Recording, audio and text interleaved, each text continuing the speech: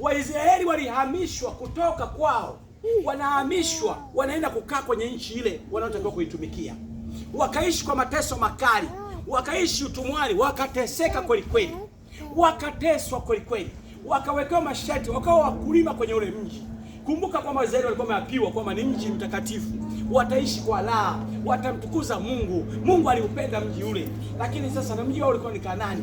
Ili wafike Kanaani kule ambako wameandikiwa, walipita utumwani kwanza miaka mingi, mamia na mamia ya miaka.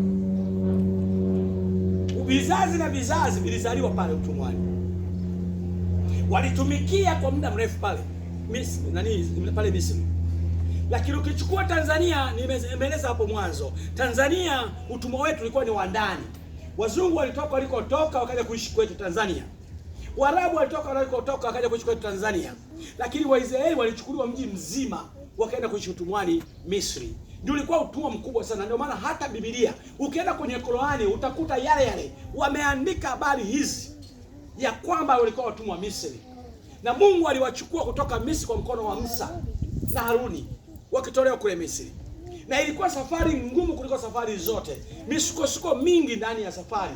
Na wao wenyewe ilifika mahali wakazoea kule Misri, wakazoea maisha yao. Hata walipokuwa wanachukuliwa kurudishwa kwenye mji wao, walikuwa wanahangaika njiani. Haleluya! Walikuwa wanateseka njiani, wanalalamika njiani, wakitamani waendelee kuwa na maisha yale ya Misri. Maana walishazoea vizazi na vizazi, na wengine hawakujua kama ni watumwa pale. Walizoea, maana walizaliwa pale, wakaishi pale, wakaolewa pale, wakaoleana pale. Kwa hiyo walijua ni kwao, mpaka waambiwe kwamba sasa hapa ni utumwani. Ilifika mahali masharti yalipozidi, ndio wakaanza kuhisi kwamba kumbe tuko utumwani. Maana ilifika mahali wakizaa watoto wengi wanauawa watoto wao. Ili wasendelee kuwa wengi, wakawazidi wa Misri, waliuawa watoto wao. Na moja watu ambao walitakiwa kuuawa ni Musa, mtumishi wa Mungu Musa.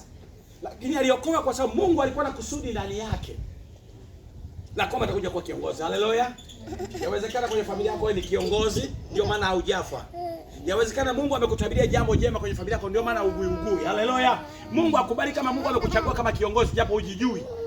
Unaweza kuwa kwenye familia wewe hujielewi kwa wewe ni nani, lakini Mungu ameshakuteua kwa kiongozi. Haufi, haugui, hauteseki. Mungu anakulinda kwa sababu kuna hazina ndani yake. Haleluya! Hata ukitupa baharini haufi, maana Mungu ameweka kitu chake cha tofauti ndani yake. Haleluya! Kwenye maisha yako unapitia changamoto nyingi, zimewaua wengi, lakini wewe haujafa kwa sababu wewe ni kiongozi kwenye maisha yako. Mungu ameweka hazina kwenye mifupa yako. Mungu ameweka hazina kwenye nyama yako. Mungu ameweka hazina kwenye kichwa chako. Ameweka ulinzi. Wachawi wanakuja wanadunda, hata kuomba uombi, lakini wanadunda kwa sababu Mungu ameweka kitu ndani yako. Wewe ni wa pekee.